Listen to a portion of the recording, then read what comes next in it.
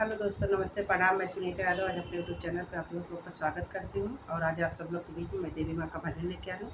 आप लोग का जैसा लगेगा कमेंट बॉक्स में जरूर बताना, लाइक सब्सक्राइब शेयर जरूर करना, अपना प्यार आशीर्वाद जरूर देना। नवरात्रि आ रही थी, इसीलिए मैं आप लोग के बीच में नवरात्रि का भजन, माता रानी का भजन लेके आ रही हूँ। और लाइक सब्सक्राइब शेयर जरूर करना। 12 बज के 12 मिनट पे 12 बज के 12 मिनट मैया काया सनवा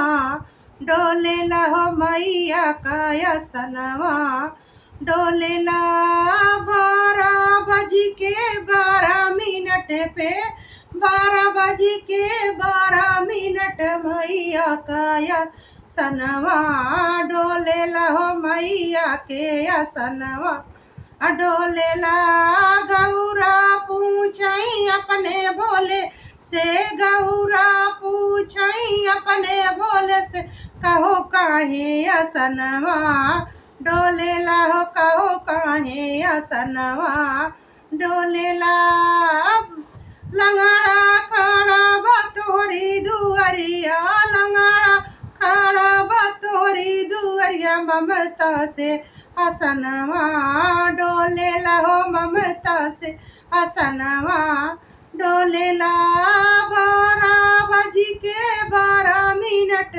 पे 12 बज के 12 मिनट मैया काया सन वहाँ डोले लहो मैया काया सनवा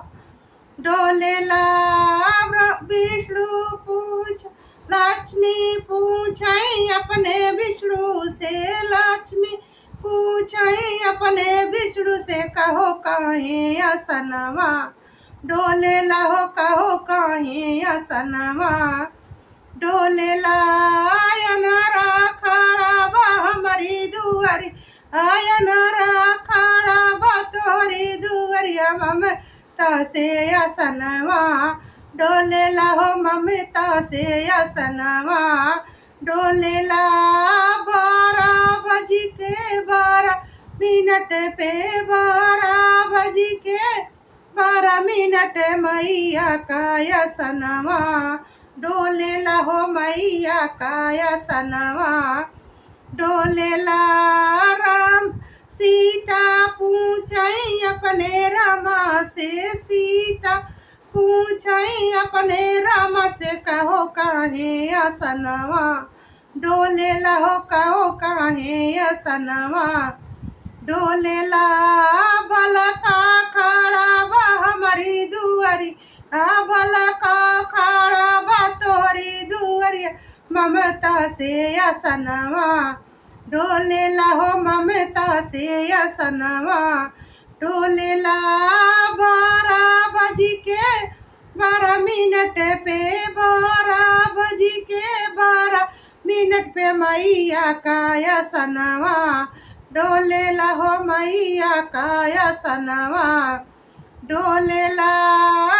राधा पूछई अपने कृष्णा से राधा पूछई